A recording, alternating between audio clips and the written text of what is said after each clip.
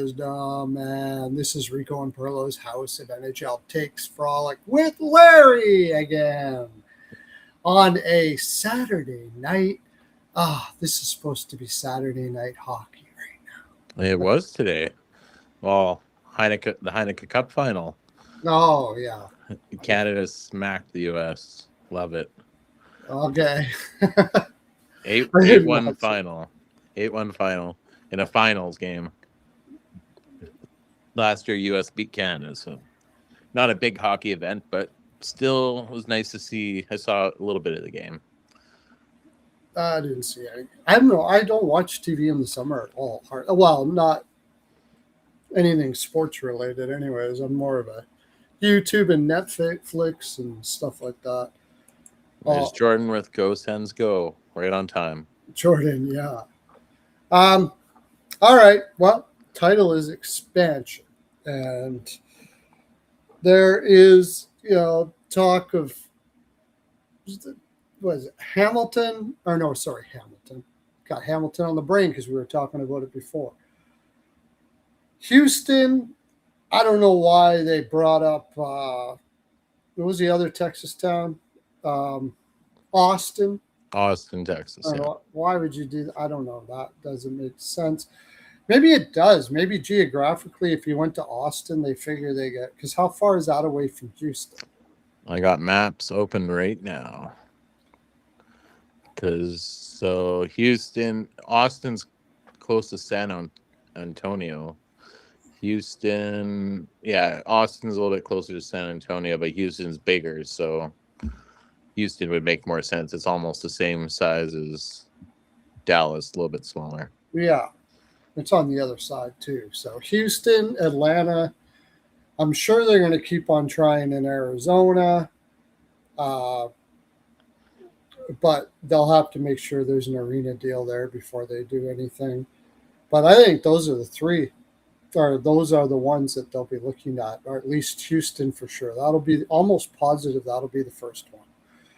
Doesn't sound like the Dallas Stars owner is, too much against it. They got great fan base in Dallas, so I see no reason why the NFL, it works all right. They got Houston, and they also have Dallas as well. Now it's a bigger sport, but we got to kill those markets in the NHL, and we got to nail them. We got to be successful in them. I know you got a lot of people, just about everybody I hear, poo-pooing on the idea of going back to Atlanta because they had their chances. When was that? Long time ago.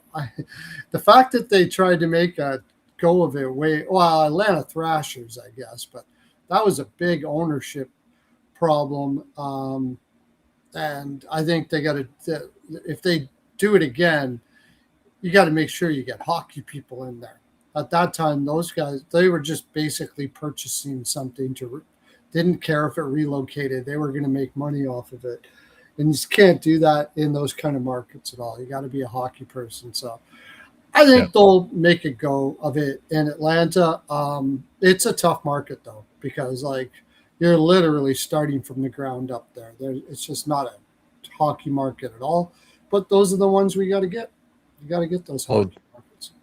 It's going to look just like when they put a team in Seattle, except they'll have some of that nostalgia from before, like those diehard fans. Like the Thrashers still have an X account, I'm pretty sure. They post every once in a while. Yeah, Seattle, I think, is a little more hockey orientated. It's close to Canada and stuff like that. I think Atlanta, from what I understand, is not so much. But baseball and basketball, yeah. But I mean, LA wasn't. I mean, a lot of these markets that are successful now were not hockey. Didn't know much about hockey at all when they went there. Dallas really was not a hockey town when they got there. So. So we'll get into that again. We were talking about it off air. Jordan says Quebec City. That's not happening. It's not happening. You're not going to see Quebec for quite a while. I don't believe anyways. I just, you're not the NHL is all about building a fan base right now. They're wanting to get bigger and bigger. It's growing. The United States is a place to do that. Not to mention the market in the United States has a much much better population density, and it's got the potential for a higher fan base. And it's just you got to sell it in the United States. You have to. It's where it is. It's where the growth is. I wouldn't doubt that Quebec gets a team eventually, but as you were saying, was it Jim Daly, right? Bill Daly. Bill Daly, yeah. What did he say again? He said that they don't have an investor to back a team there anyway. He said that like a week ago. Like it came up in a conversation, and he just said the NHL is looking at the option, but they don't have the investor to put a team there. They have an arena ready and everything, but you need a guy that's going to spend billions on a team, and they don't apparently have that currently. I think that was on my buddy's channel, Jimmy Murphy on Sick Podcast that he was on there, wasn't it? Or was that a different one? Because I know Bill Daly goes on there every once in a while. Well, Sick I gotta find Podcast it. with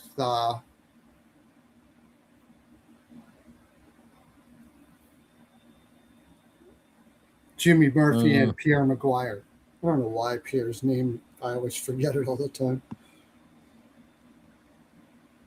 I don't know. Yeah, off the top of my head. Yeah, here it is. Pretty sure that's what I was watching. So. August 3rd. So here's the quote right from him. He said, Bill Daly said, I think the biggest issue is that we have faced with Quebec City is that we have not identified an owner who's willing to pay the price tag. That was on the Sick Podcast. I remember now because I watch it all the time. Yeah, that was on the Sick Podcast. Yeah. Yeah, it was, Jordan. Yeah. Jimmy Murphy's a friend of mine. He was on the Ice Guys for a long time, and he started that podcast with Pierre Maguire, and I like it. Talk about everything. But so we were gonna just have some fun today. I think it'll be Houston that they'll start with. That would be the biggest market to start with. That will give more time for. Atlanta's already got an arena apparently, but Yep. I don't know where else. I mean, there's Indianapolis could probably. It's got 2 million people in Indianapolis. Again, that would be a tough market, and it's a little close to Chicago. I don't know how much they'd be liking that idea. Wisconsin, Madison, Wisconsin. I think they got about 600,000 or 700,000 people there. I even heard New Mexico sometime down the road. That would be something. Hey, Albuquerque had a AHL team, right? They had the Albuquerque, yeah, they did. They relocated them, didn't they?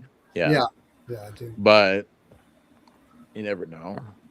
I guess if an AHL team relocates, he probably didn't do very well.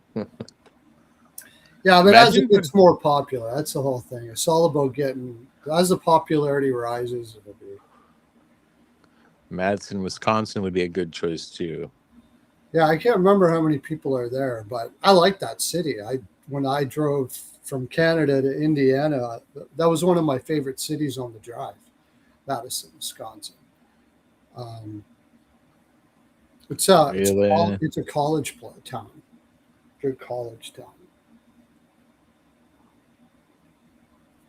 Yeah, there's a lot of cities, but you also have to it's about population. You need the people, but you also need to have the interest too. You can have 1 million people, but if they're all diehard basketball fans, that's the worst case scenario for the NHL because that runs the exact same time. But if they're that's kind of Atlanta should have that problem because they are diehard.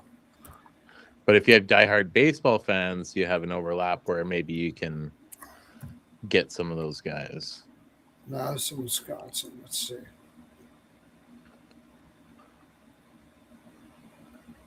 Yeah, it's the problem is basketball and hockey overlap or at the same time. So 708,000 Madison. But I mean, wherever you start in the NHL now, you're pretty much getting your feet wet into a new market. But Houston makes sense because the Stars have been there a while, and so you already kind of got a little bit of stern going on there about hockey, and they sell out in Dallas almost every game. So they like the game. The game has grown there quite a bit. So I could definitely see Houston doing well. But Here's a good one. I don't know how well it would go, but it's got the population all around it. But New Orleans, that you would be a got tough market. it's tough, but you got a lot of people in that area. So you got Baton Rouge nearby. Yeah. New Orleans, like there's got to be probably well over like a couple million people in that area, and it's got an opportunity maybe. The problem with New Orleans area right now is the economy. It's not very good. Not very good. That would be the problem. It's really struggling in that southern area, unfortunately. So, but somewhere down the road, like I said, all of these places, as long as it keeps growing as long as the market keeps on growing as far as fans are concerned, all of these markets will be able to be effective. The thing that sucks is being Canadian, as I am, but is that as we are, is that as the market grows in the United States, Canada is going to start getting their ass kicked. If you actually go to most of the teams now, it used to be that Canada dominated, but it doesn't anymore. Canadian players, it used to be that Canadian players dominated on rosters, but it's getting less and less now all the time. I was looking at like the next Olympic roster. Look at Yep. next Olympic roster, and for Canada, it's not looking the greatest. I mean, it's a good roster, don't get me wrong, but the depth is getting thin. The depth is getting thin. There's a lot of teams that I wouldn't say there's more. Yeah. Well, here's a good example. Let's take a look. Carolina. Oh, St. Louis is not a good example. St. Louis has got a lot. Yeah, Carolina is mostly American. Yeah. This is Jarvis is Canadian. Yeah, let's see. Almost their whole defense, besides Gostisbehere, maybe is Gostisbehere Canadian.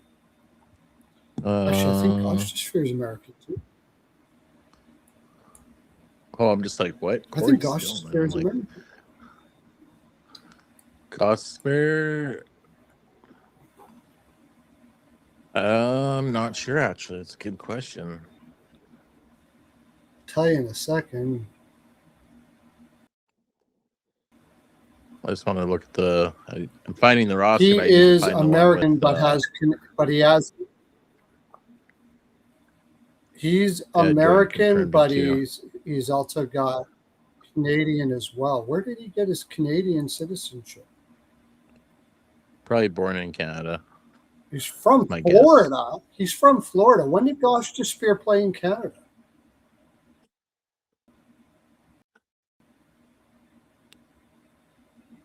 Oh no, but his parents could have been He's in US. Canada when he was born. Or one of his parents. No, one of his parents is Canadian. One of his parents. Because he played what? Philadelphia, Detroit. Oh, Carolina. My mind just got blown. When did he play? Did you know Logan Stank? Oh. No, my mind just got blown. I didn't know Logan Stankoven was Canadian. Oh, you didn't? That was a shock. No, I did not. There we go. Yeah, Sean Walker, 1, 2, 3, 4, 5, 6, 7, 8, 9. They had 9 Canadians on the Stanley Cup winning team. Okay, so Walker, that one, Stankoven, Jordan Stahl, Martin Hook, Jarvis, Jankowski, Taylor Hall, Nick Delorier, William Carrier. most of them are older though, right? Yeah. Like there's younger players. There's if you look at like Boston's got 3 1 2 3 Canadians on Boston. Now they're international. Like they got German, Czech, 2 Czechs. Jordan says Stankoven isn't Canadian. Maybe they're wrong on the site. Logan Stankoven.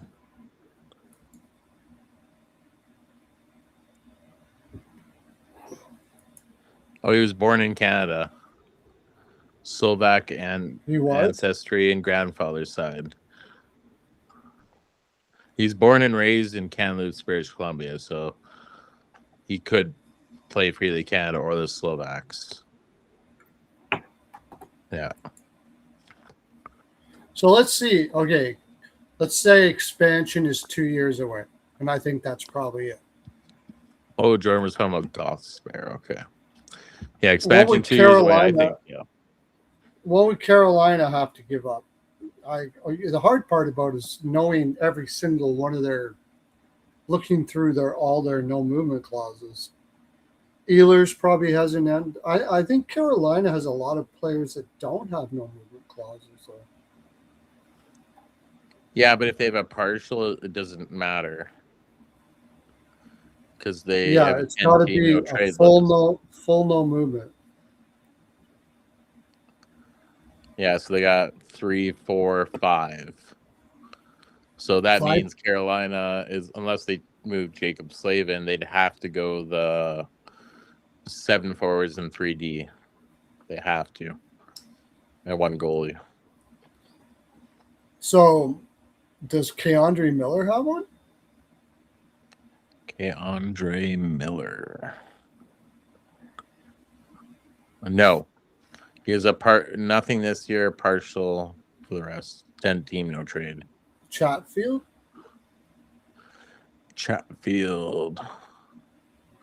Partial. 10 team, no move. Those would be the 3 probably. Because only Slavin on defense, the only one with a full no move. Sean Walker, that would put Sean Walker, Gosh Sphere, and Gosper and Chatfield are UFA next year, so they might not even be back in Carolina. And if they are, maybe they get a full no move to make sure they don't go anywhere. There you go. Yeah. Chatfield maybe for sure. I don't know about Gosper, but Alexander Nikishin will probably get, if he stays, it'll probably be a short deal.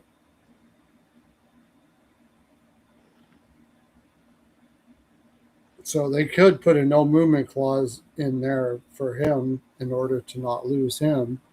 Or just a full no move until when the expansion draft will be, and then I'll go down. Yeah, how does that work though? Okay, you got to get rid of you have to get rid of at least 2 defensemen no matter what, right? So you give like Joel Nystrom a contract and you let him go, stuff like that. Was that 7 skaters, or is it 8 skaters? 7 or 8 skaters, 8 and 1 goalie. 8 skaters, 1 goalie, or 7 forwards, 3D, and 1 goalie. 1 goalie has to be protected. But if your goalie has a full no move, then it's already automatic there. Yeah. I don't think either one of their goaltenders have one. No. So Bussy was actually a little bit smart, though. So in his last year of his contract, which is dirt cheap if he keeps playing good, he has a 10-team no trade in the last year of his contract. Give him a little say, I guess, just in case they move on from him.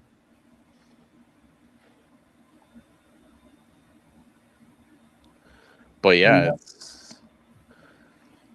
like I said, we were talking earlier, the Florida Panthers, like they'd have, if expansion's coming, then they have to trade Lendl. There's no way. No, they won't. Like we were saying, Florida Panthers will just tell Marchand, keep Marchand on the payroll, and he'll say, leave him off, and if you pick him, he retires. That's what they'll do. So that basically takes one off the board for them. I guess, yeah.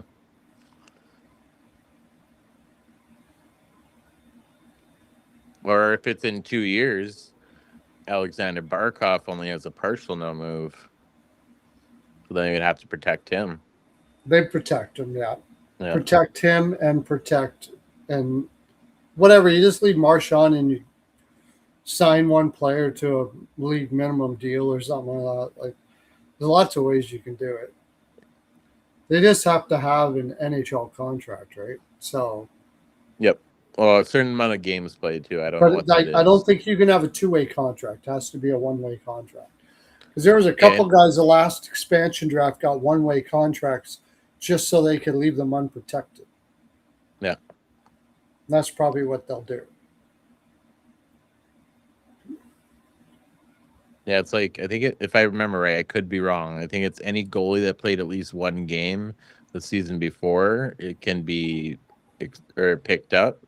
And if they're on a entry-level deal, they're automatically protected. And so all your two-way forwards and the minors are even exposed too. But depending on who it is, not likely you'll go that way. You can pick one of them. Yeah. That's where Ottawa got screwed. Joey Decord played, I think, 3 games or something like that, and he got exposed. If he didn't play anything, he would have been fine. But if we went Carolina here,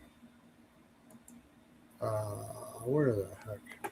Like I said, things can change by then, but it's summer and we're having fun. Yep. Ehlers got a no movement clause, didn't he? Yeah, only full no move for the first year, or first 2 years, and then it's no trade clause.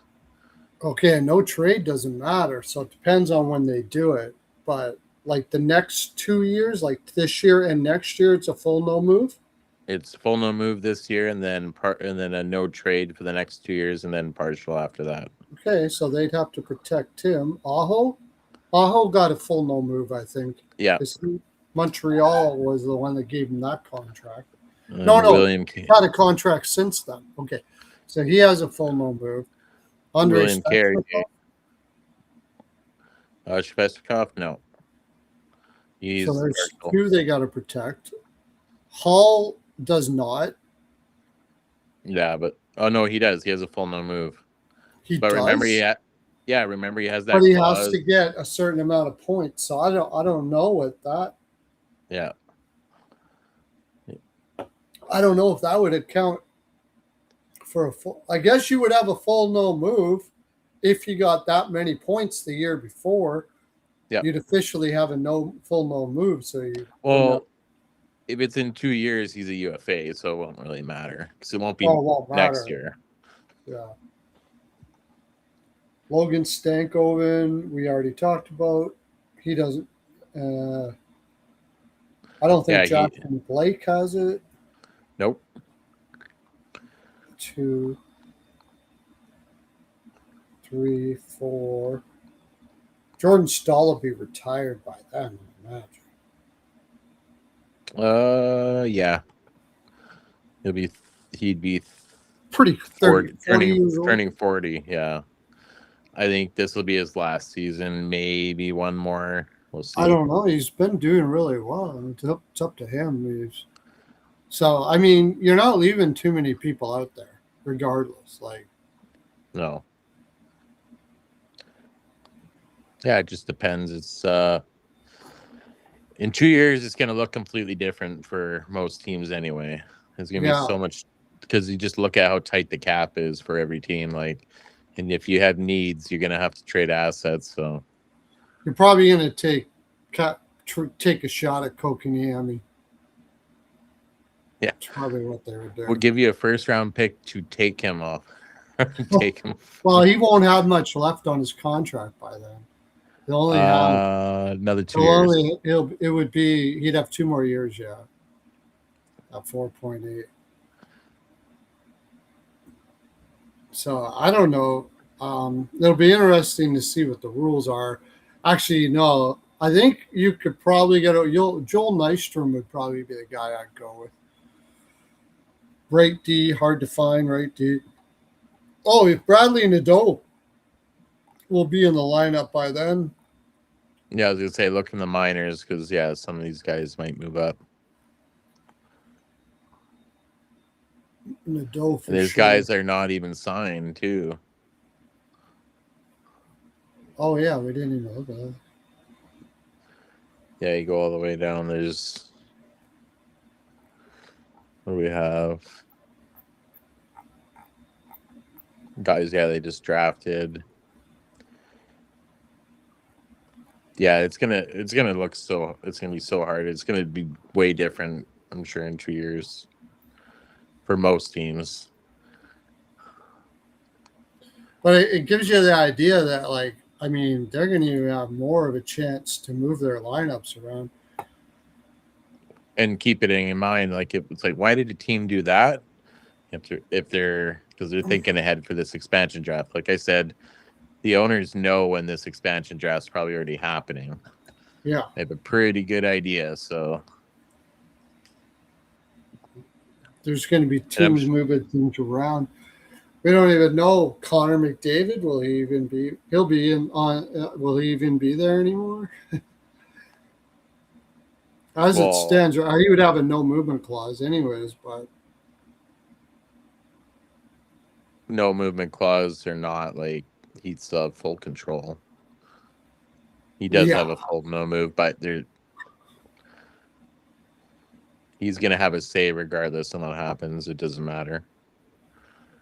I'm pretty sure almost everybody has a no movement clause there, besides what Podkolzin, Hopkins, Dickinson, Frederick, McDavid, Draisaitl, Hyman's only partial. And then D, you have Wallman, Murphy, Ekholm, and then a full no trade for Ryan Shea. Yeah, so they'd have to go the 7 forwards, 3D, and 1 goalie. Yeah, it looks like if it stays the way it is, but you'd be looking at Wallman, Bouchard, Ekholm all have no movement, right? So immediately it would be Murphy, Shea, and Mukhamadullin. Doesn't really matter right now, but I just kind of thought this was shocking. Frederick Anderson has a full no trade clause. So they can't move him without his permission. For the 1 year, yeah. I think it's probably it shows it's a modified list afterwards. So I'm assuming it's probably after a date coming to the trade deadline, probably.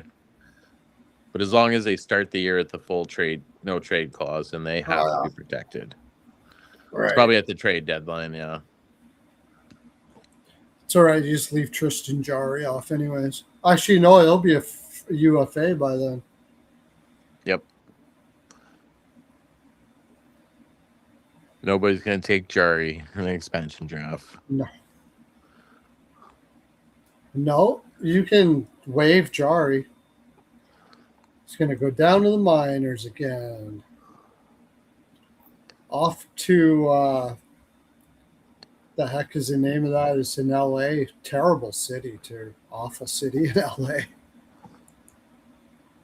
Los Angeles? No, it's in California. Their minor league team. I don't know.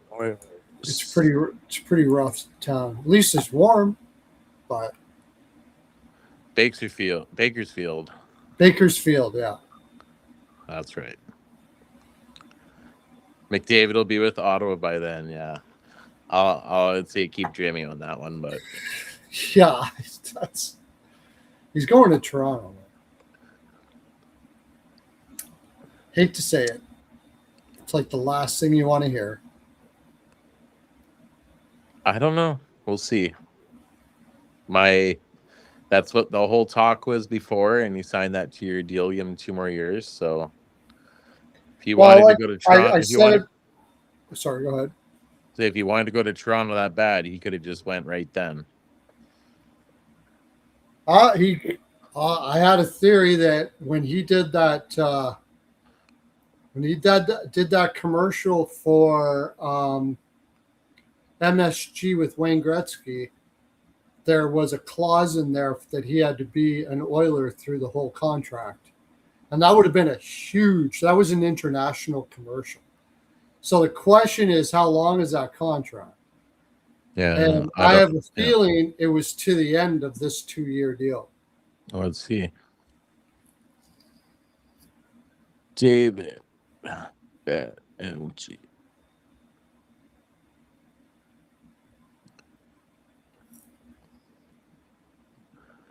No information on the contract. He just became he signed an endorsement contract on March 4th, 2022. Doesn't tell you how long though, right? That's what I'm looking. So this is just a theory of mine. Is that it definitely could be 100%. That's a theory. The other theory is that the contract goes for a long, long time. Wayne Gretzky did the Oilers a solid, and McDavid now can take lower contracts because he's getting paid fat off that contract, and it keeps him in Edmonton forever. And he just keeps on doing these kind of deals. But if that's the case, why would he only do it for 2 years?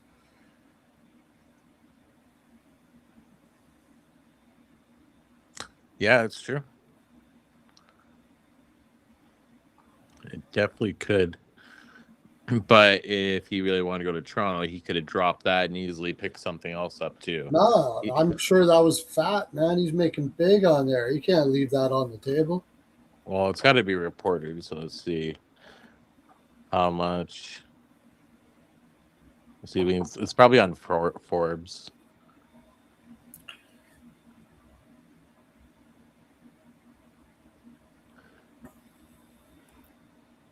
He gets around $5 to $6 million a year from the partnership. From the partnership. For how long? It doesn't say, right? It doesn't say how long. It's not publicly disclosed. Right. So if it's a long contract, you could put a clause in the contract that he has to remain an Edmonton Oiler in order to get that money. And if I was the owner of, if I was Cats, I would have called up Gretzky. Like Gretzky probably would have called him up and said, "Look, I got this deal. I can help you out. Get McDavid some money. Maybe keep his cap down." And then Cats would say, "I'll tell you what. How long? Make it as long as possible, and you can do that. I'll let you do that," because he would have to authorize anything. I think he has to authorize sponsorships. I could be wrong. But he would say, if you can make a clause in that contract that he has to remain an Edmonton Oiler, then I'll even pony up some money into the pool for it. You know? I don't know how all this works, where the legal shit is with all this stuff. But, I mean, those are the angles I would be using if I was an owner and stuff like that. So it's possible we could find it. We'll find out. Because if the next contract is still like, really? You're taking just that? But the only thing is, why 2 years? Well, one reason too is because he's going to be 31 when this contract's done. You could bang in with a long-year contract to get him through. Like if you did a long-term contract, then the money might fall off at the end of it. But he knew the cap's going up, so let it go up the next 2 years, and then he can bang home $25 million maybe on his next deal. Maybe it was just basically, look, I'll give you this deal for the 2 years. The cap will go way up. Then you give me a longer contract, and that is basically his thank you for the MSG contract. And it moves on. Or the contract ends in 2 years. He says, I want to win a cup, so I'll give you 4 extra or 5 extra million. What's he making? 12? He could have easily signed for 16, 17 if he wanted to at that time. He was the best. Oh, yeah. So he said, I'll So give you 4 or 5 extra million against the cap, try to win a cup here. When it's over, though, I'm off to Toronto. Win a cup or not. And that I'd only say that because he's an Ontario boy and maybe always dreamed about being a Maple Leaf. That's assuming the Leafs are good. I don't think he's going to go there if they suck ass. that's what I was gonna just say. It's like you read my mind. I'm just like, Yeah. in 2 years, what's Toronto gonna look like though? I was gonna say they might be declining a little bit. Yeah, they got a lot of work to do there in Toronto. Well, they just filled holes this year. That's all they did. They just grabbed players and filled holes. 2 years, notice they were all 2-year contracts. Wonder why. Yeah. Well, one maybe for McDavid, it's possible, No. 100%, but also Austin Matthews, if they're keeping him, they got to throw the bag You'd have at to him. keep both. Yeah. How are you going to keep both and have a cap and everything like that? I don't know. How would you get McDavid and keep Matthews? That would be But interesting to say the least. But if McDavid wants to win and you get rid of Matthews and bring in McDavid, like, how much better are you then? You got the better player, maybe, but but you get the better. But you're not going to have Tavares at that point, or if you do, he's going to be. They're going to have to start adding now. They got Nyes. They'd have to start adding in free agency to try to do something. I don't know if they can catch up fast enough. McKenna, hopefully, what if McKenna doesn't turn out to be what they thought he was? Then you got Nyes, Floatlander. Let's look at Toronto. It'd be tough. It's tough for them to be ready in 2 years to be able to sell a pitch to McDavid. Yeah, it's the contracts are set up, I think, because McDavid could be an option. But it's also, I think, because Austin Matthews is up, and if we're going to throw the bag at this guy, we got to make sure we have the money to do it if we need to, and if we don't, then they have to go fishing for a top player. So they have to get a goaltender. Bobrovsky's not going to still be playing goal. Would he be 41 years old one year or something like that? 40. He'd be 40, yep. 40, yeah. He's gonna be, but I actually saw a thing because I'm like, how, apparently Bobrovsky has little wear on his body, is what one of the trainers was saying. He said he's in top shape for a goalie that's 37. He's like, oh yeah, so he's absolutely. So they're talking about that. That's what I heard. That's what I've heard several times about Bobrovsky. There's no goaltender that's in better shape than Bobrovsky. Hardly any players that might be as good a shape, but nobody's more. So that's good that way. I got to go back to Jordan here. He said, did you see the tweet about Drake supposedly buying a new house in Carp? Yeah, I did see that. I don't think the Drake is going to go anywhere. I think they're going to sign, so I was worried about it at first, but then more I keep thinking about it. And as long as he wants to stay in Ottawa, they're signing him. They can't afford to lose that. Oh, he definitely wants to stay in Ottawa. He just wants to get paid because he has probably arguably the best contract going into next year for just over $4 million, and for a guy like that, it's dirt cheap. His fourth liner's getting paid more than him.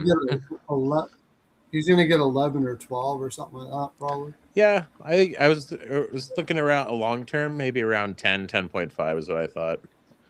Because he's not elite defensively. So if you're an elite two-way player, you get 12, 13, 14 all day. But I think they'll somewhere go around that 10 and a half on a long term, I think. With a full no trade, so he doesn't have to worry about moving. Yeah, you're not. Hopefully he'll give you a discount just to be able to, because you can't let him go. You can't. 11, you have to pay him. Yeah, and they can give him the extra year. They have till September 15th, I think it is. And then it goes down to 7 years long term with the same team. So they give him that extra year. So I think something will get done. I think it's just that's why Montreal and these guys got away with some of those contracts because they got them. Those guys took the contract while they could get the extra year. Yeah, Suzuki, all of those Caulfield, contracts. Koski. Same, even Carolina. And they got him nice and cheap. Even Carolina. Demidov is technically really cheap too. Oh, that's insane. That is going to be so insane contract. That kid is something else, man. Demidov is something else. Yeah, basically Montreal's defense is blocked for the next so long. So they have Dobson, Hudson, Matheson, and Goulet all signed long term. That's pretty much your top four. Yeah, in a couple of years, all those contracts are going to look amazing. Yeah, I don't disagree with that. It's just a case of what they add in here to that team. They still need size. They need to get some size. Size that can play is the tough. Yeah, so like you can get Anderson's kind of useless at this point, but you need another Josh Anderson, but better. It's more than a fourth line. Yeah, Slafkovsky's good, but Caulfield, Suzuki's smaller. You got Kirby Dog. Suzuki, I don't really worry about his size. He's just so good. It doesn't. Yeah, I mean, you got to shut down a guy like that. Like, it's just so. Yeah, he didn't Demidov didn't disappear in the playoffs. They don't have much aggressive. Don't have many aggressive players. That's why they went out and got Bolduc, and I still think Bolduc will be all right. Montreal needs a Tom Wilson. That's what they need. Who doesn't? But yeah, they definitely do. More than anyone else. More than other people. More than other if they get like teams. a guy like a Tom Wilson, then that'd be perfect on the top line. And then you can move Slafkovsky down to the second line, and then you got size on both lines. And then it's hard to get those guys. You usually got to draft those guys that can play that are big. Well, I think Tom Wilson's going to be available at some point. Because I don't think so, man. I think he's a Washington lifer, that guy. Is he? I really do. I think so, yeah. I hope so. I think he's a Washington lifer. I love him. It's one of my favorite players in the league. Top 3, top 4. I love him.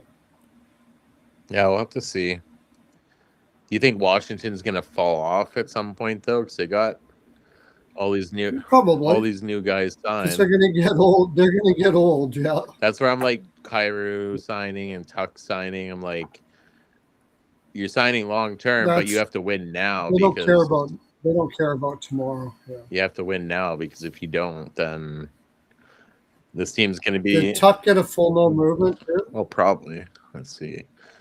Washington, Alex Tuck. Oh yeah, full no move. In 2030, 31, it goes to a mod 21 team, no trade clause.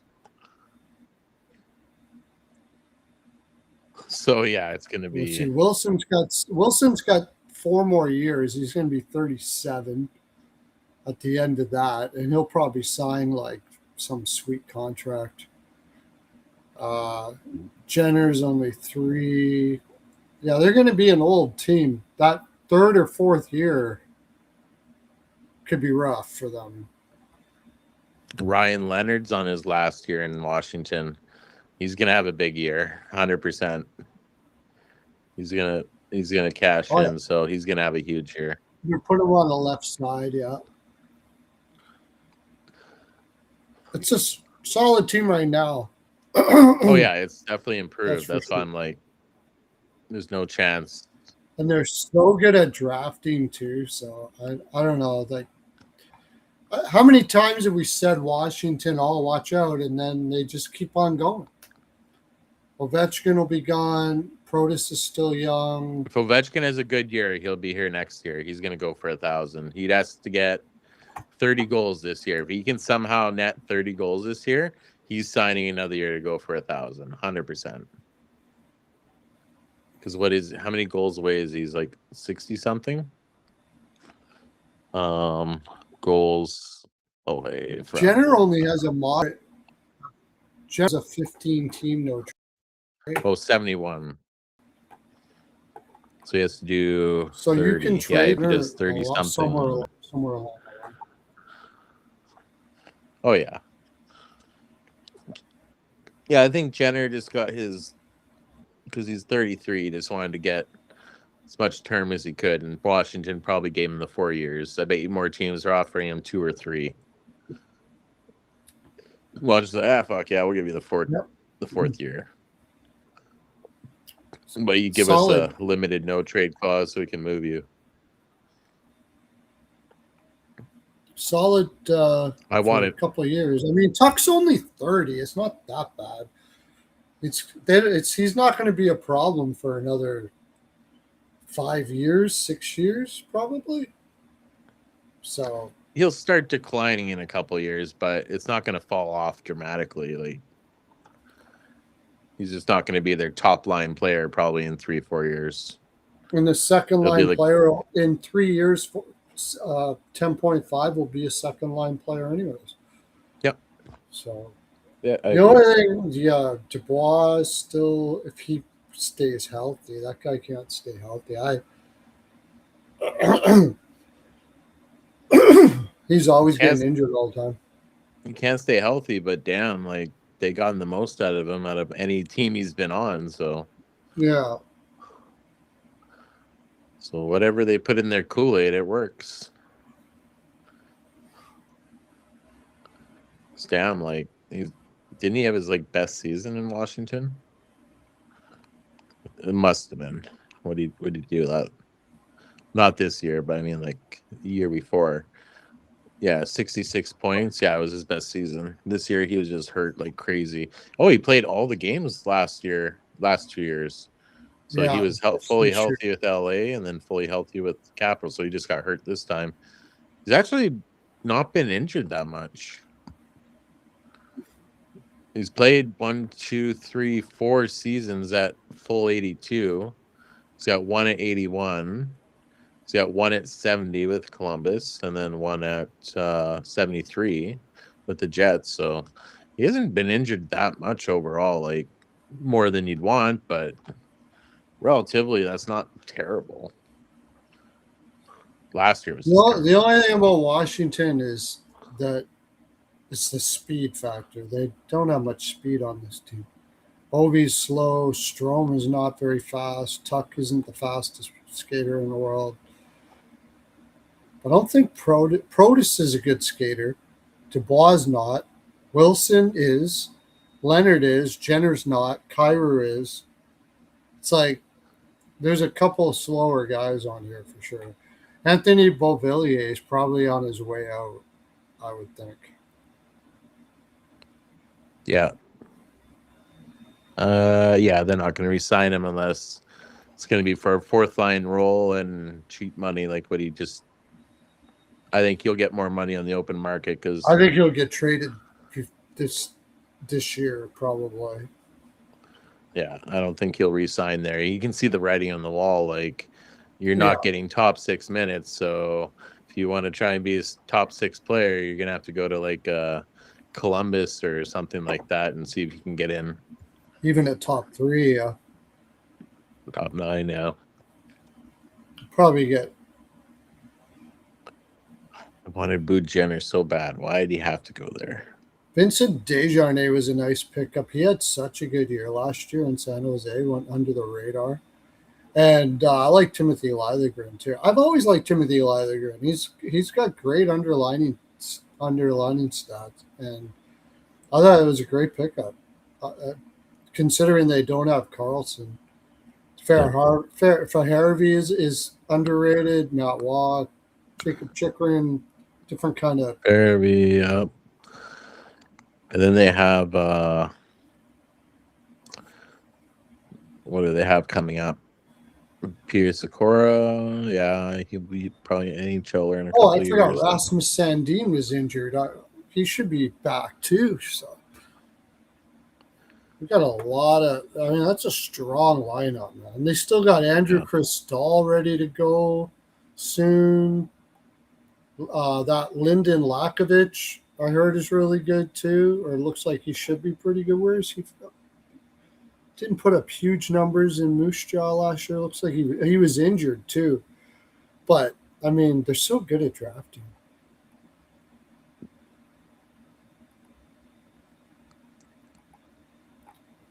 Sorry, Solid. Jordan. I answered your question. What do you think Batherson's gonna sign for? Well, we said 10.5 somewhere. Oh, you're Yeah. asking Jordan what he thinks. Yeah, he asked me, and I yeah, could we see answered as it. high as 11 or just under, or 10.75. Depends how much he wants to gouge. Yeah, they Depends said on how they're much he far wants. apart right now, so Ottawa's probably pitching 8.5, 9, and they're pitching 13 or 14 probably. They're going to find a middle there somewhere. Oh yeah, it's gonna get done before the 15th, 100%.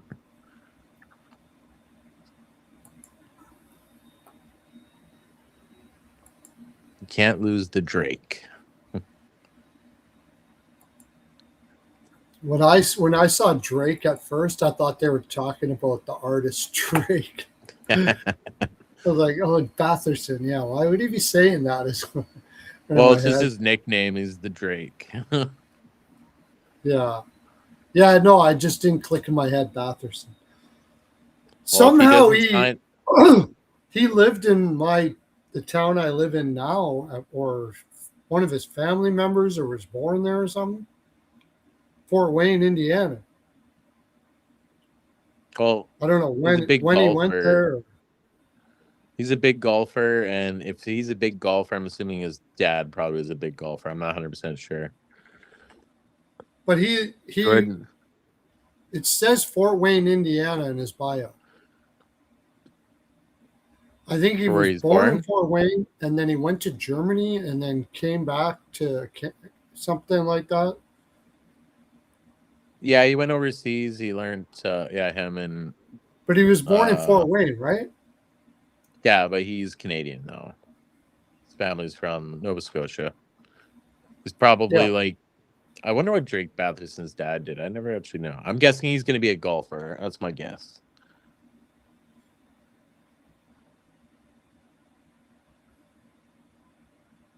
Let's see. Oh, no, ice hockey player. Oh, he played in the minor leagues in Germany. That's right. Because he was over there and he learned how to. That's why he went to Germany. Yeah, because him and Sokolov were really good. So his dad probably played for the Fort Wayne Comets. Probably, I'll bet you. And then got an opportunity to go to Germany to play.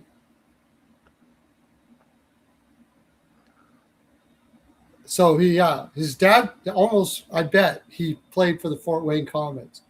He's born in Canada, went to Fort Wayne to play in the ECHL, had Drake, and then went to Germany to play in Germany, and then came back to Canada again. That makes sense. Jordan says 9x8 or 10x7. Well, it's not going to be a 9x8. I can guarantee that. It's going to be more than 9. If he takes less than 9, then, as Pearlo would say, build a freaking statue right now. Well, you can't take 8. Oh yeah, you can take 8 now. That's right. Yeah. No, he's taking the full 8, dude. 10x8. Don't even think about it. Yeah, 10x8 is the minimum. Is the minimum. Minimum 10x8. I'm hoping, 10.5 is where I want it. If he hasn't signed by the 15th, and then when I'm there for the home opener, I'll give him a smack. He'll sign before that. He'll take that extra. Yeah. For sure. From what I understand, he loves playing in Ottawa. His family, Saul, loves it there. So I don't see why he wouldn't. Yeah, the only other place he would want to go if he did want to leave Ottawa is maybe go play Pittsburgh with Crosby or something like that. Him and Crosby are big buds off the ice. All of them from Nova Scotia area. They're all. You're pretty sure his dad did play for the Comets? Yeah, I'm pretty sure too. I'm gonna guess so. Yeah.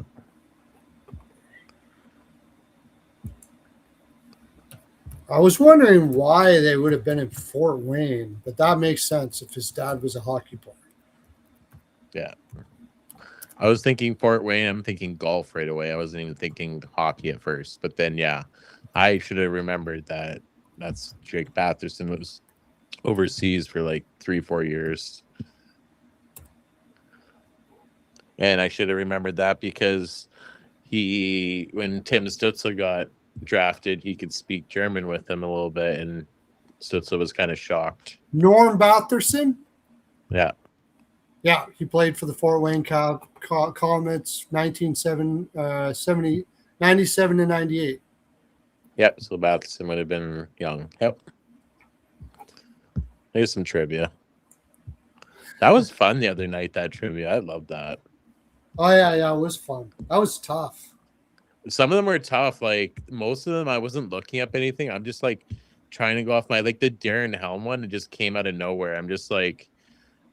I'm like, division rivalry. So I'm like Detroit. So I'm like Colorado. And I'm like, okay. And Helm just came to my mind. I didn't even think it was right until he's like, it was right. Like, oh, it's kind of a shock. If the draft was right now, oh no, they got that figure too, because Nils Lundqvist, his contract is up in 2 years. That guy would be a good pickup, man. He's now that he's kind of healthy and he's I really like him. But I'm pretty sure they'll have to sign him up. What was the one team I wanted to look at with that expansion draft? Vegas. Because they have quite a few. Oh, no, they have. Oh. Vegas signed a lot of players to full no trade clause, but not so much no movement. All their D, so Theodore, Anderson, Hannafin, are all full no trade, not full no move. Anderson's only a no trade? Yep, full no trade. Well, McNabb will be 30, almost 38. Theodore would have to be protected. Aiden Hill.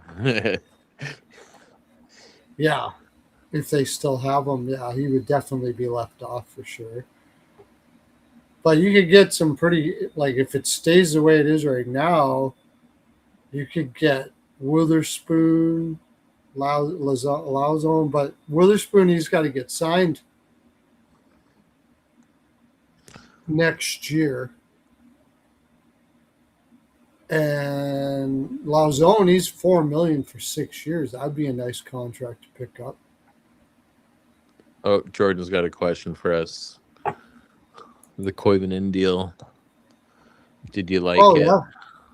I think he liked it for sure. Yeah, I think he's I think he's trending towards being above average fourth liner. Really good defensively.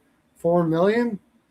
It's probably what you're going to be paying for a fourth liner down from now on. So if he's got upside to be better than that, but he's probably going to be pretty much a fourth liner, a top fourth liner. So that ends up working out not too bad. Even so, if the GM is willing to give you 8 years at $4 million, you sign that 100%. Oh yeah, absolutely. It's like that's your retirement right there. Yeah, nice. I mean, great for him. Yeah. Fire your agent and just do the 4x4 or by 4x8. You don't even need your agent. He's not taking a cut. I'll just take the whole thing. Yeah. He hasn't even hardly played any time in the NHL.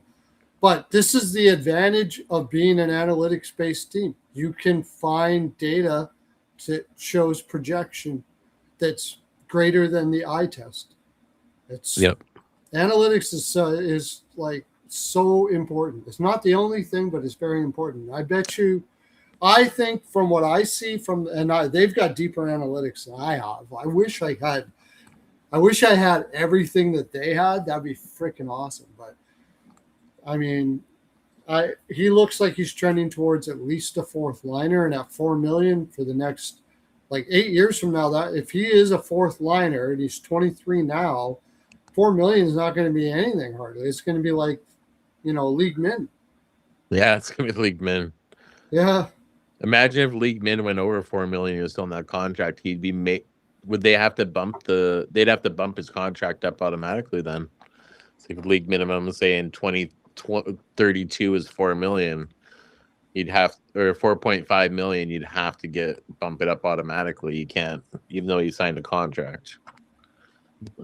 Yeah, I'm not sure he's got that offensive potential. I know he had some good not bad numbers in the AHL, but I don't know if he's got top six. I mean, if he did happen to manage to knock it out of the park and go top six, holy shit, would they be looking like geniuses then? That's for sure.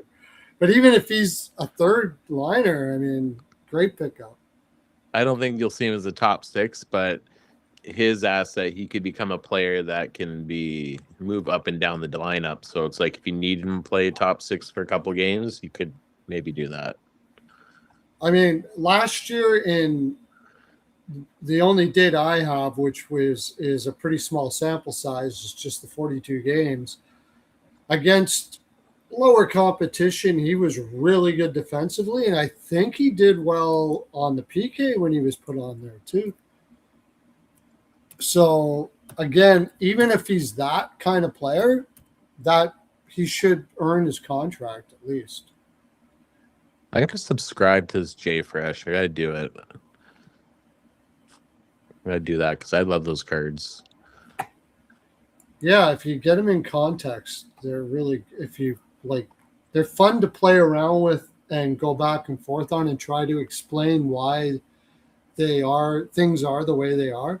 Like Aho's defensive numbers have gone downhill the last 2-3 years or something like that. But I think there was a change. I watched a couple old Carolina games, like not old, but like last year. And Brindamore kind of changed things up a bit where basically he was using Aho almost extensively in the offensive zone as much as possible and was letting Aho drain himself. As long as he allowed himself to get off the ice in transition back, so somebody can take the defensive zone and that he's not tired back there. But sometimes he gets caught. And that's why his defensive numbers don't look all that great, because you don't want to be tired in the D zone. But more often than not, the thing is though, if you don't play in the D zone at all, that's going to affect the data. So if you're playing primarily in the offensive zone and they're trying to keep you out of the D zone, it's going to affect your data. So you're going to look like you're not good defensively. Now, if you gave Aho the opportunity to play a full sheet all the time, his analytics probably go up. So I'm starting to learn like a lot of this kind of stuff when applied, because eye test is important as well. Yeah. Because it's players' stats, analytics are going to look different depending how the team plays too, what system. It's like you look at Ovechkin. He's going to get only offensive draws starts at this point. Like and on the power plays. He's power an play unapologetic floater. Yeah. But what I love about Ovi is he celebrates his teammates. The only thing I'm really not happy with Nylander is he acts like, like Ovechkin's very humble about the fact that he floats. And you kind of tell it, like how, when you get a shot like that and you can score like that, you totally can get why a coach would tell him, look, don't worry about it, just score, dude. Want as many shots on goal as possible I could get for you. He floated his whole career. Honestly, when watching the first game live, I was just shocked to see him on the power play, he just stands there in the circle. He'll skate back to the blue line a little bit, maybe, and just doesn't do much. And the puck goes back down the ice, skates out to the red line, does a little circle, gets ready, and that's about it. Yeah. No wonder that guy can still play. Like, he can't skate worth crap anymore, but he can still rip that puck. He's just a natural shooter, one of the most natural shooters ever. That was a good, there's a question about who was the greatest goal scorer of all time. And I always said Bossy just because his shooting percentage was so high. But somebody brought up a really good point, though. He was shooting when before the butterfly and before the dead pucks era. Yeah. But I remember I just remember being young, and when he got the puck in the slot, he was the only player, and this might have something to do with those two things as well, though. Is he was the only player that you felt like it was already in.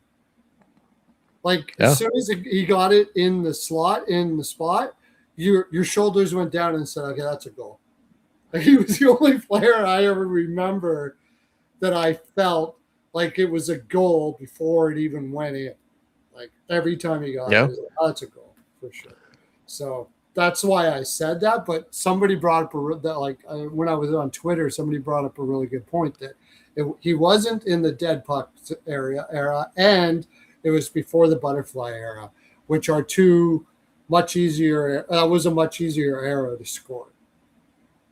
Yeah, and by far, like he sat through 2 lockouts, so that affected his totals.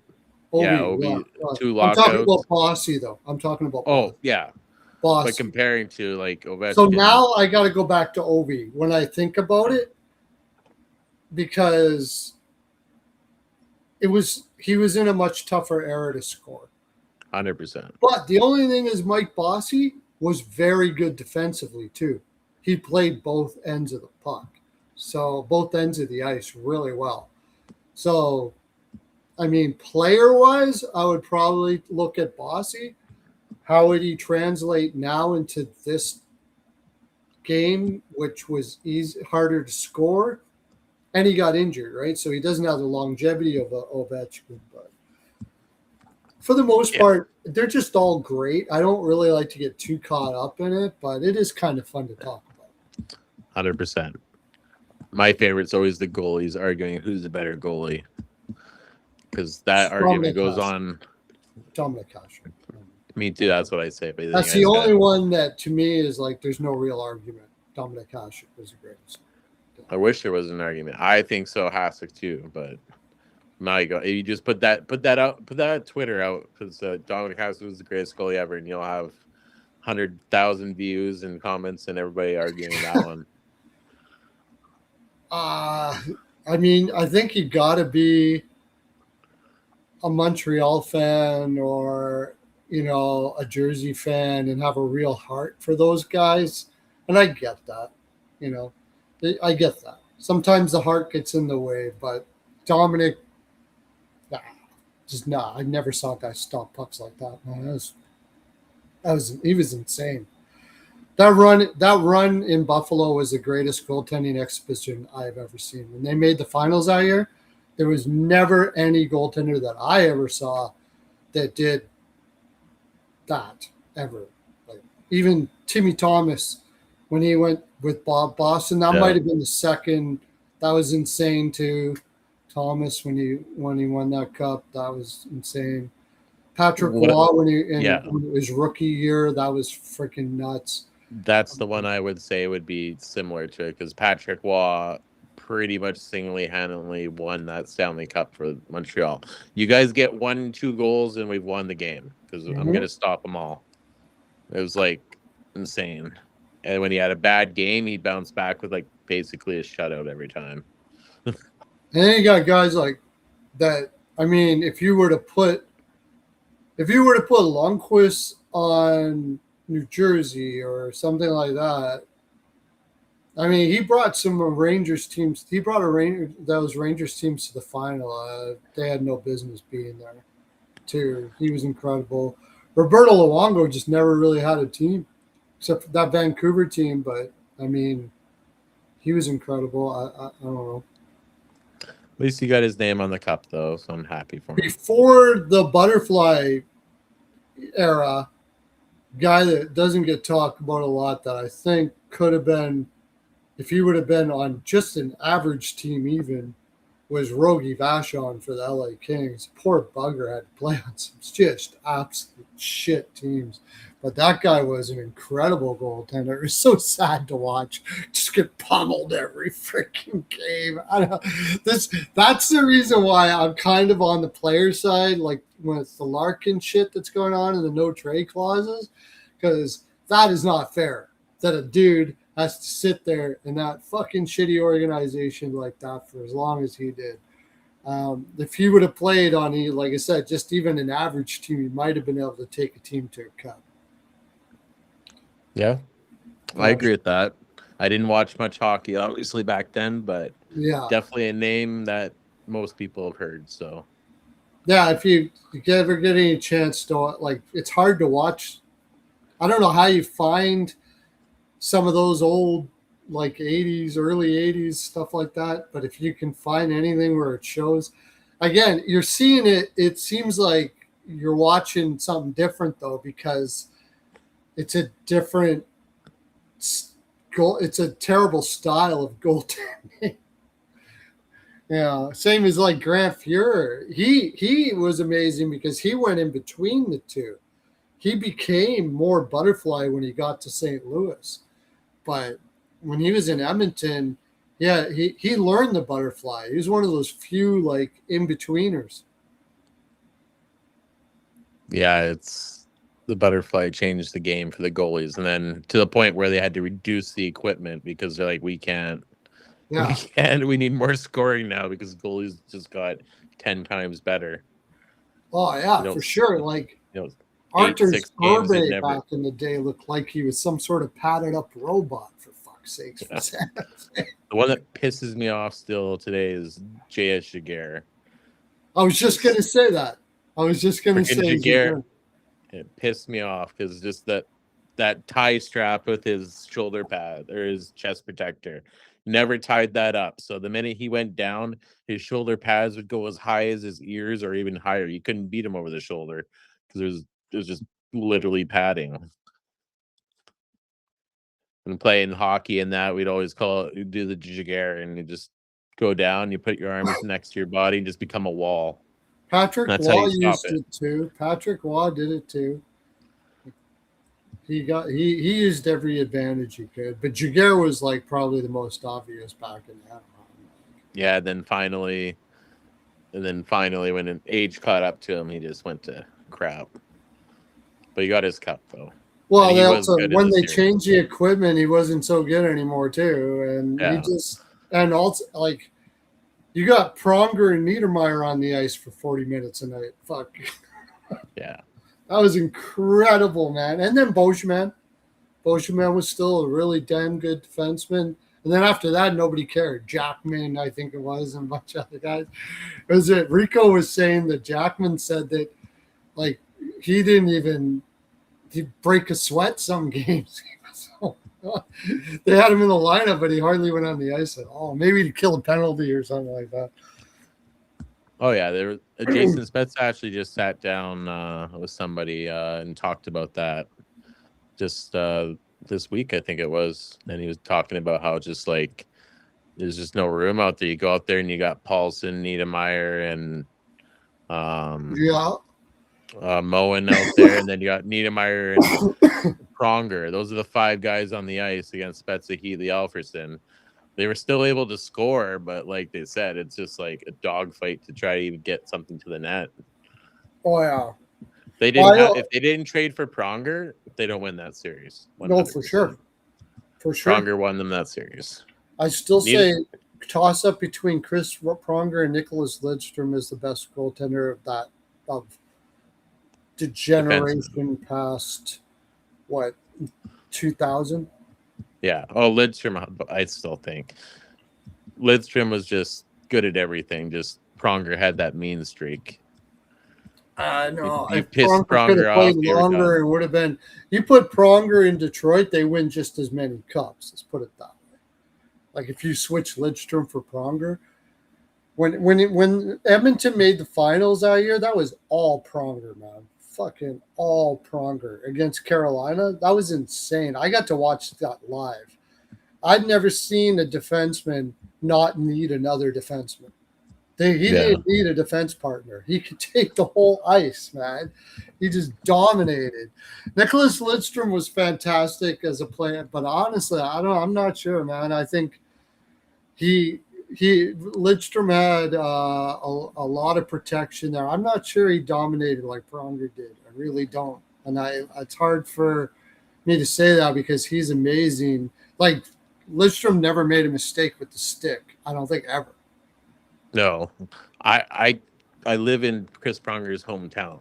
I give him 100% props, but Oh yeah. I still give the edge a little bit to Nick Lidstrom. If I had to start with a defenseman, I'd take Nick Lidstrom I because would take prom. I would take proms. I think I would. if we were doing a draft, then I would take Niedermeyer right after that.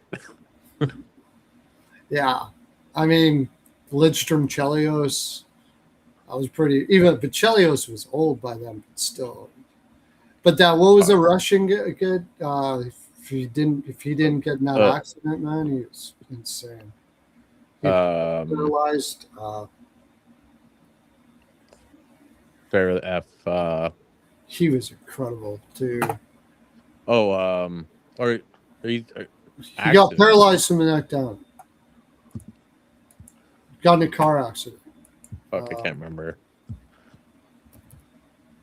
Oh, and you got Sergei Fedorov too. That was there. Well, I mean, the forwards were insane. That's what I mean. Like Lidstrom had such good forwards.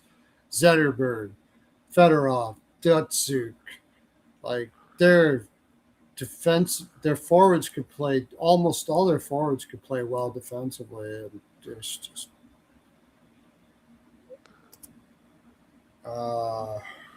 Yeah, I don't know what that player is.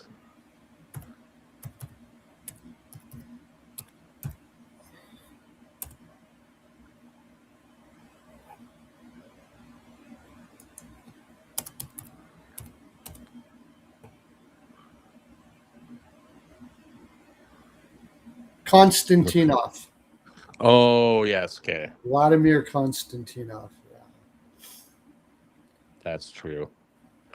And I forgot about him. And Fetisov was in the car with them. Yeah. It was in a limousine too. He wasn't even driving. Oh my gosh. That's probably why he got paralyzed, is have a few drinks in the back and flung way forward and turned or got tumbled and hit there. Houston hockey. Do you think Houston or Austin get a team? Houston. Yeah, I'd say Houston over Austin. Yeah. You're a Houston hockey person, so you would know that state better than me. Sometimes they'll put it in the smaller one if it's really. How far is Austin from Houston? Not far. It's like not even an hour. Okay. I could be wrong. I think it's like 45 minutes. What's the population of Austin? You said it was 500,000. Houston? Of Austin. Austin. Oh, Austin. 2.4 in Houston, Austin. It's a 2.5 hours. Oh, is it like that? Oh, I thought it was a lot closer. No, I don't have maps. 1 million in Austin. Is it really that far? 1 million. Don't the US have like? Yeah. Don't the US? It's got to be Houston. Then, if they were closer together, maybe like sometimes they would think of putting in the lesser population one, thinking that people would drive from Houston, but it's probably Houston. Yeah, I'd say for sure. Yeah, I thought it was a lot closer. Let's look it up on maps. I knew they were close, but I thought it was closer. I don't live there. I'm going to trust you over my judgment 100%. Let's go down. There's Texas. Oh, yeah, I guess it's a little bit farther. You zoom out, it doesn't look very far. Yeah, it's got to be Houston. I don't know why Austin would even be popping up there. It's San Antonio and Austin. That's what I was thinking. It's closer. So that's probably like an hour drive in between, a little bit over an hour. That's where I was thinking. I was like, no, they're really close. Yeah, if you had San Antonio, you can get Austin there, but Houston's way. That's what I was saying earlier. San Antonio and Austin are close together, but Houston's way bigger population. Yeah. So Houston would be almost assuredly what it would be. Or let's What just would, go crazy. How about we just expand to Houston? Doesn't work out. Their market's too big. Is the NHL is gonna go international? Like it's just a matter of time, right? Do we both yeah, agree it's on that? probably a lot of years though. I don't know how you're gonna do like you'd have to get some sort of form of travel that is just insane. Like eventually Well, we'll probably have planes that'll go be able to go to Europe in like 2 hours or something like that. But you right now you couldn't. You'd have to have a European NHL league and a yeah, North American NHL league, and then they play each other in the playoffs or something like that. How do you do that? You can't make trades like the European players all play over there. Like I'm sure they would figure all that out. I guess. yeah. I don't think it'll Like, what if expand you got drafted overseas. by a Swedish team and you got to move your family all to Sweden? It's kind of weird. But think of this though, like it's gonna be very, very hard, but I think there could be a lot of money made for the NHL if you could somehow swing putting a team in Mexico City in Mexico. Yeah, I There's know not much Mexico money City. down there, but there's so much population. Even if you had a giant arena and you had cheaper tickets, you make pretty good money. And they're super loyal, like to their communities. Like if you put a big sports team like that there, like you'd sell that building out every single time. No problem. Well, I know here in Indiana, the Comets, they sell out 10,000 for an ECHL hockey team. Yeah. They sell out a 10,000 seat arena on a regular for the Comets. So, and you can't buy a Chicago Blackhawks cat at a cap store here. Like, it's weird, but they love to support their local team. You, Houston's like, what about the players' safety? Well, that's part of it, but players live in Detroit. Like Mexico's bad, but there's definitely cities in the U.S. Some parts of the cities in Canada is really bad too. Gang violence not that everywhere. bad. I don't know about Mexico. Like when you start talking about Louisiana and stuff, it's pretty rough around there now. Yeah, Uh, but I don't think most of that stuff doesn't really happen in Mexico City. I think that's all. yeah, What's it? Mexico City is not bad. The actual city is not bad. Mexico City. I thought you were Yeah. talking about New Mexico, but Mexico City. No, I'm not like Yeah, expanding to Mexico City Mexico. is not that bad. It's more towards just across the border of San Antonio and stuff like that, Arizona, those areas. There's some cities in there that are pretty rough. They're like cartel cities. Yeah, like the Tucson Roadrunners didn't last very long there. But Purdue, yeah, I think I live right Houston hockey. I live my Purdue is like right there. I live right that's great. beside Purdue. But wouldn't that be interesting if you could expand to Mexico City and you put an NHL team there? Like the travel will suck. But You know what? Or you know what would be insane? Every player would want to play there. I don't know yeah, how you would do it because you get making paid. US dollars Oh and my god, dude! You'd be a billionaire for fuck's sakes. we're only signing you to 1 million. You're fucking good. You transfer it over to pesos and you're fucking a billionaire, man. You're making like half a mil there and you are laughing. Yeah, it's like Laughing. if you low end player, yeah, your trade clause, but you can only trade me to Mexico City. Yeah, I think that could be the future. Like, because yeah, the transfers would just be insane. Like you can't do that. You'd have to have like a jet that can get you there in like 4 hours, Yeah, which you'd will have to eventually at come. least at the very most 4 hours. At the very most, yeah, because you're But crossing so many. Yeah, but it would be in it will happen in the future, no doubt about that. It will happen. yeah. I know this isn't sports related. Well, it can be, I guess. I can spin it into it. But Elon believes that AI is going to produce goods and services so fast that money won't matter anymore.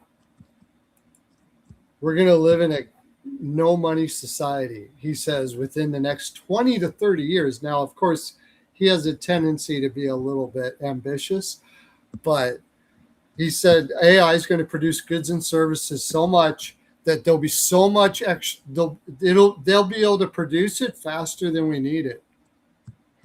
So you will be able to, now the only thing that the challenge after that will be to keep people motivated to do something. And you'd have to You put have all your funds towards helping people with mental illness and drug use and all that kind of stuff like that, using the models that they do in Finland and stuff. But count me in, dude. Now, then there'd be no cap. yeah. No cap for, imagine no cap for any team, how fun that would be. You back to actual hockey trades all over again. That would be actually cool. Back in the 80s and 90s when you actually had actual hockey trades and it wasn't. Yeah. I love before the cap year, I remember that just like the trade when a trade happened, it wasn't a minor deal, it was something major. And you're There just was a like, lot of big deals, yeah. and with not much social media, you didn't know it was coming. Like there's no like Yeah, insiders saying, oh, you just yeah. turn on the TV and you're like, holy fuck, Wayne Gretzky went to St. If you LA. What bought, the fuck? if I had a subscription to the hockey news, and so I get it every day. I had the one, you got one every day and stuff like that, and I'd read. I read Lyle Richardson all the time, who I get to do a show with now on Puckin' Deep, which is really cool. But I would read all of their stuff. And so I would I would know like a whole bunch of shit that was going to happen before everybody else all the time. You look like a guru. You go around and saying, I think this is going to happen, that's going to happen. And they would be like, how the fuck did you know that? It's just because I Yeah. had a subscription to the hockey news. But that was the only way you could know. You had to pay. And it was like back then, like $35 a month. That was a lot of money back then. Yeah. I was a bartender, or my dad got it for me, and my dad would always tell me, "You take care of those books, man. I'm paying out of my ass for those things." So yeah. I remember the hockey news, but it was only weekly at that point when I had it. And by the time you got it, everything was out of date. Yeah, weekly. Yeah. They would do write-ups. It would come like a newspaper publication when it first came out. And then when it got, and then it went, like you said, by the week. You know what I mean? Yeah. So, but yeah, and then it would be kind of out of date by the time you got it. But if you looked at it, they would talk about things that may happen if they caught it in time, right? So it was all using logic and intelligence about what would happen. It wasn't like inside information, because usually in those days, by the time you got the inside information, like you said, it was too late. So it was all done by projection. Yeah. Oh, that brought up some memories. I remember just like running up to the mailbox. Do I get it today? Do I get it today? And just sitting down reading it. It was great. I loved it. Yeah. And social media ruined it all. I still like, it's just it's different, but that was an exciting time. It was more exciting finding the magazine, and then you're like, oh, what is it? Because it doesn't just like tell you everything. You see the cover, but then all the little stories in between. Yeah. Here now, you just like, I can search something and find it right away. Yeah. And then like the newspaper every day, pretty much if you weren't in Canada, you know, you only see your team. But I mean, Yep. even living in Toronto or whatever, it was mostly about whatever team you're living in, not not the other stuff. First thing I would do in the paper is you go back and see the stats from the game before, who scored, who got assists, and then Yep. you had the big stat page where it told you how many goals and assists everybody had and stuff like that. Do you remember when you get the newspaper the next day, like in the playoffs, if the game went really late and they didn't have time to print it, so you wouldn't even Yeah, have the stats or anything. You have to wait till the day after. day after to get it. Yeah, I was like, it's like, what the heck? It's like, well, the game went to midnight and you got to print them and have them ready, so we can't you put it in can't. that. Yeah, exactly. Yeah, yeah. So no, I mean it's different now. I still prefer now. You just get information so much faster. I like it. Yeah. You had more of a life back then because after you read the paper, that was it. Here now Yep. you're hooked into everything. Like you can just sit there on Twitter going, You just get lost. Yeah. get lost in it. It's Yeah, like when YouTube first came out, it's like, oh, this is interesting. And then you look at the what? Oh, crap, 4 hours went by because you just get, because after the video ends, oh, you might like this one. Oh, I do. And then you click this and watch this. And you're like, oh, shit, this 4 hours later. yeah. Still do that. Where we're doing all the prospect things, and I was looking them up and watching videos, and just like watching one, watching another one, watching another one. Next thing I know, 2 a.m. I'm like, oh shit, I gotta go to bed. I was just thinking, like in 2 years, we're going back to the expansion thing, which is what we were supposed to talk about. Yeah. Thomas Hurdle, he doesn't have a no movement, right? He has a like there's only 3 teams he can go to in his no trade. Yeah. So I think they could probably convince him to say, hey, you know what? We're going to leave you out in the expansion draft. So you might as well give us more No, if teams to go to. if the expansion drafts in 2 years, he's a 15 team approved list. All He has 3 15 teams approved. right now, but then in 2028, 2029, it's 15 team Right. approved. So they'll probably be able to move that contract. They could probably move it sooner than that because they can say we're going to leave you off. So you might as well find a team that you really want to go to right now that we can get a return on. Because yeah, But depending who's exposed, like there might be somebody even better you have to expose at that point. maybe Hell, the might be expansion can come and they're like, oh, one of the defensemen. Maybe they could change the rules. They're like, oh, you can only protect 8 players now. Period. Any 8 players you want. That's it. And it's like, oh they've shit, only got okay. one right-handed. That's why they needed Anderson so bad. They've only got one right-handed defenseman. Yep. Probably. Oh, Hannafin. Jeremy Lawson. Is he shot left? Yeah, Alzone you're is a right. lefty. So is Witherspoon. They've only got one right-handed defenseman. Oh, Dylan Coughlin's right shot. Well, yeah, I know, but he doesn't play that much. No. Tanner Lachinsky. Oh, he's a center. Yeah, right. He's a center. No, they got nobody. What's in the minor system? Nobody in their minors. Oh no, there they do. Not too many guys that look like they're ready to play. That's for sure. Yeah, but yeah, you definitely you want at least a couple good right D. Like you can have your third pair as 2 lefties as long as one can play the right side just as good as the left side. But there's not too many guys that can do that. They must think only, Parker Witherspoon is a guy that can, though, because they picked him up only, even though he was a lefty, and I believe Korchak is a righty. So yeah, there's probably less than 10 defensemen in the whole NHL that could play both sides just as good. Less than that, maybe even like. and even 5 out or of 6. them, there's probably one side that they're better at. They just happen to be really good at playing the opposite side.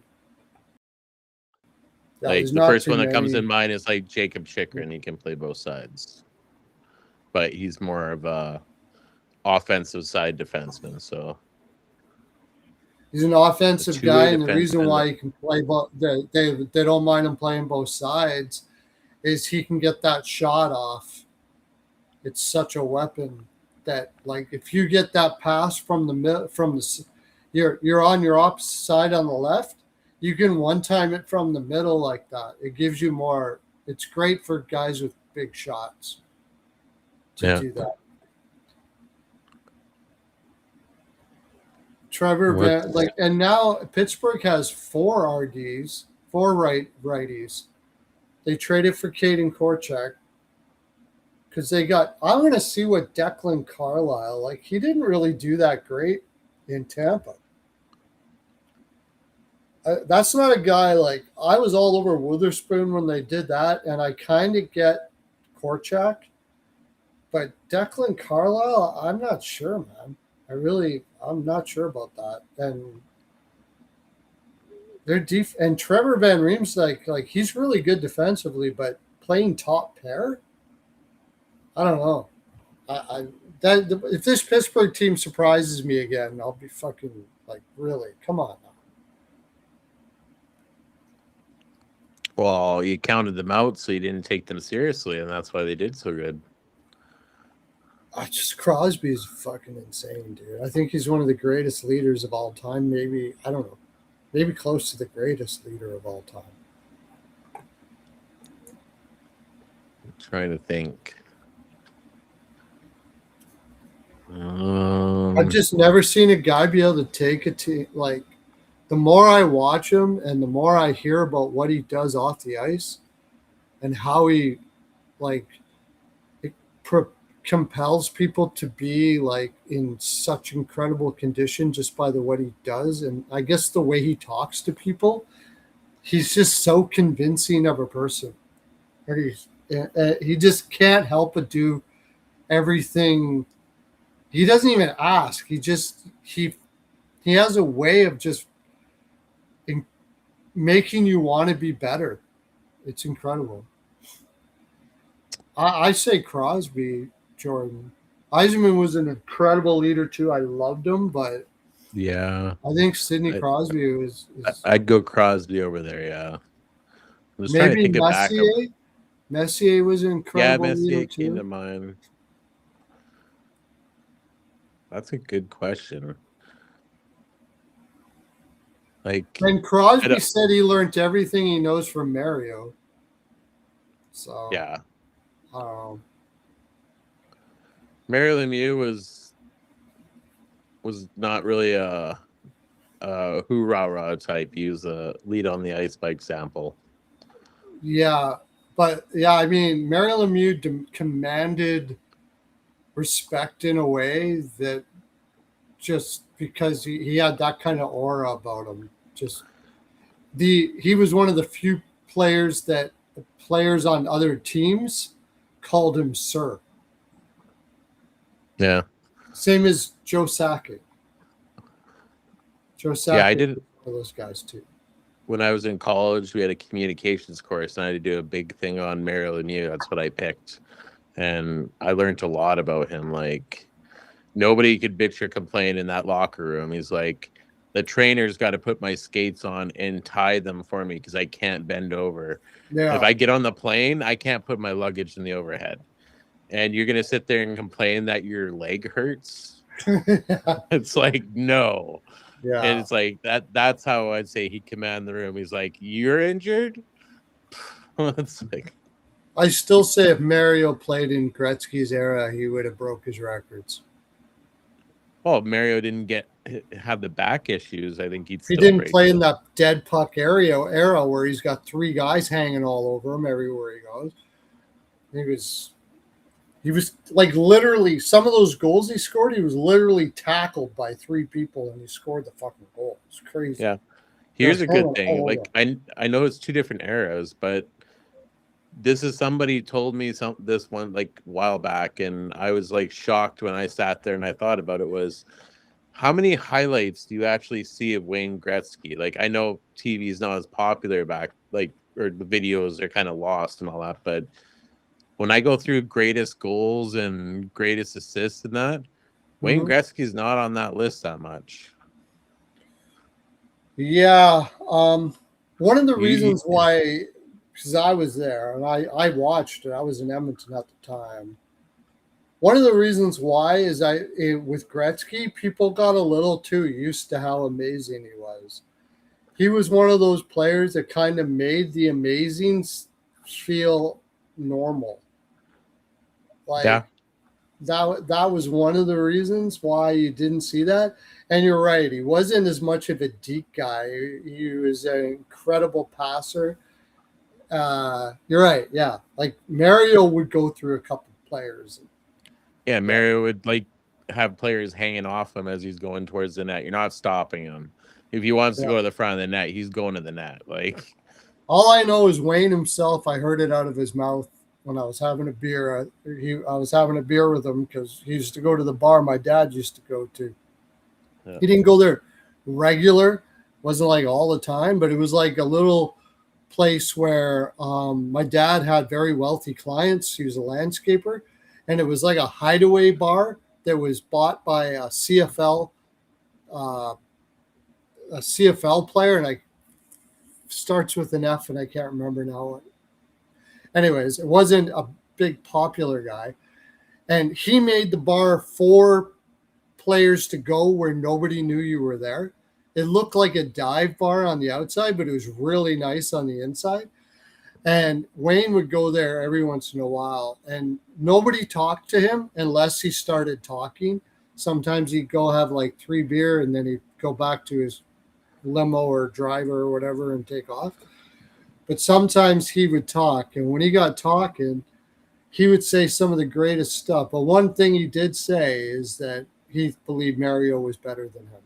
And he was not saying that out of humbleness, because he was very honest about how good he was, too. Like, to me, that's more humble. Like if you try to always deflect it, he wasn't that. But he said Mario was a better player than him. Oh no, yeah, 100%. I think he's said things already too after he's retired. He's like, people ask him, "How would you do in this type of or this era of hockey?" He'd be like, "I'd be shit." there's no, I'm not getting any records in this era of hockey. I'm lucky. He's humble. He's like, I'm lucky when I played when I did. Because like when he retired, he's like, "Wow, Wayne, you got 7 points in the month," and I was like, 7 points. That was a good weekend. Yeah. He's just One thing like, he did say though is like with the equipment and the fitness and stuff, the difference. He said if I played in this league now, and pretty much most of the guys back then, we'd be doing what these guys are now. So that's not, we just didn't know about it then. But if we have a passion, we would have had the fitness and the equipment and everything. That's not a big deal. But he says that he doesn't think he would have got as many points in this era or in the Mario Lemieux era, no. and it's probably But true because you just have to put it back the other way. Is like take Ovechkin and put him in the 80s. He'd have 1,500 goals. I think so. Even Yeah. with a wood stick, that guy, Yeah. he can still bomb it. Well, look at Hall, man. I mean, Brett Hall, he yeah, was very Ovechkin type thing that's true. too. Yeah, he was insane. Like he was different in the way that I'd never seen a guy that could be covered by 2 players and score like him. If he got the puck on his stick in that spot, it didn't matter if you were covering him. I don't know how he did it. Like he was one of how many times did he score a goal and you were like, where the hell did what you wouldn't it was like how the hell did he get a stick on that shit? And I actually mean put it in the top end corner at the same time.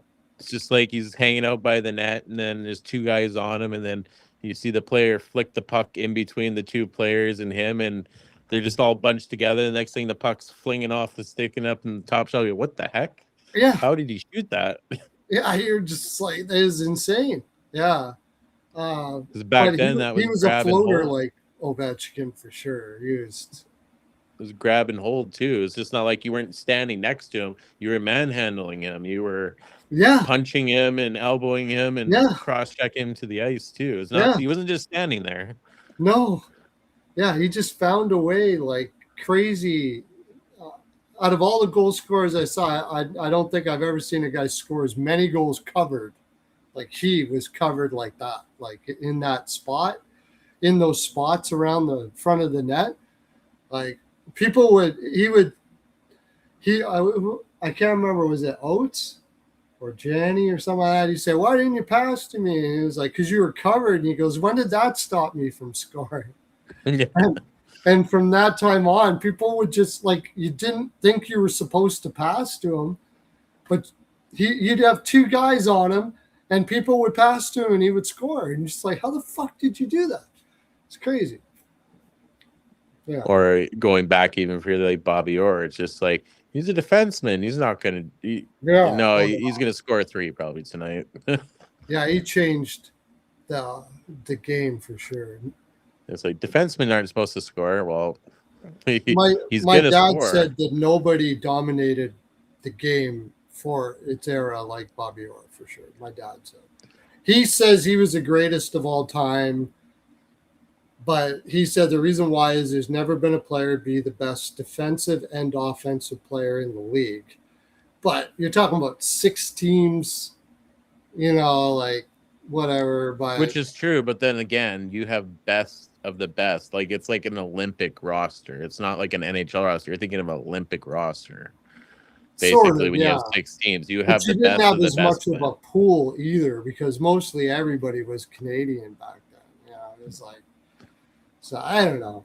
It's hard to judge either way. The fact of the matter is, I saw tapes of Bobby Orr. It was fucking insane to watch that guy go through everybody the way he did. Yeah. Like he looked like he was on another planet compared to everybody else on the ice. It was nuts.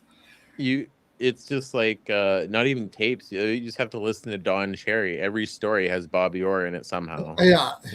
Every single story is like he's not like Bobby Orr though. Bobby Orr, he's best player ever. He Yeah, did he everything will for say us. that, yeah, for sure. Yeah. I Look mean, at Matt. Gretzky's He'd be like, favorite player of all time, Gordie Howe, scored 20 goals when he was 50 years old, for fuck's sakes, man. yeah. For the Hartford Whalers. That was insane. So, Fuck yeah, that was that old. I wish they'd bring back that old timers league just so you can watch your star players still play, like in a league where they're not going to get injured, but you can still see them yeah, earn a little bit of I guess they cash. just couldn't get enough players to commit to doing that on a regular basis. They go on their life and stuff like that. Yeah, it just can't be like a long season. It has to be like a 25 game season. Yeah, I guess they And weren't getting very many TV mini watchers, so you can't. But anyways, buddy, I think we better finish her up here. It's a nice conversation, blab fest. All right, Jaime's Body Loop. Drop it like it's hot. Drop it like it's hot. Drop it like it's hot. Awesome, man. For the summer, go down to your Costco, get yourself a vat. You got grapefruit. It's the best, man. There, I said it. And Larry, I just found out that from Dre today, who I haven't talked to all summer. I've left the guy alone. But I did talk to him today. And 2 weeks from now, we're going to be back to doing some odd shows for the betting, for the futures and stuff like that on Twitch. So be watching on my Twitter for that. So you can get the Twitch channel we're going to be on. I've never used Twitch before. Have you ever used Twitch? Yep. I game on Twitch, TikTok, and Kick. Yep. Oh, wow. Oh, nice. Is that just, do you do that like for video stuff or just for fun? Like it's just. Yeah, just for fun. No. It's a good way to game. Is that? Oh, yeah. Oh, you just have people, basically, if you're gaming by yourself, it's boring. So you stream it and then you have comments and people giving you crap, giving them crap back. It's yeah. Should have did this, should have did that, stuff like that. That's cool. Take this game to TikTok. If you watch this show, you'll have tons of people coming in with their own comments. Can we add TikTok here? I'll see if I can add it on. You have to make a TikTok page and you have to I have. have TikTok. Can you go live on TikTok? I don't know. I'll check it out. I'll see if I can. If I can, I don't know why I never thought about that. I know you can do TikTok lives. I've got like 5,500 followers on TikTok. I never use it anymore. Yeah, you get a lot more interaction on there. All right. Let me.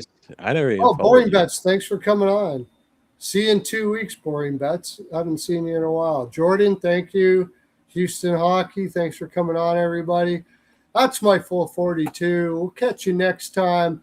I could be Jim Behringer on, could be Robert, NHL All-Star, could be Zach the Max, could be Larry, could be all of us.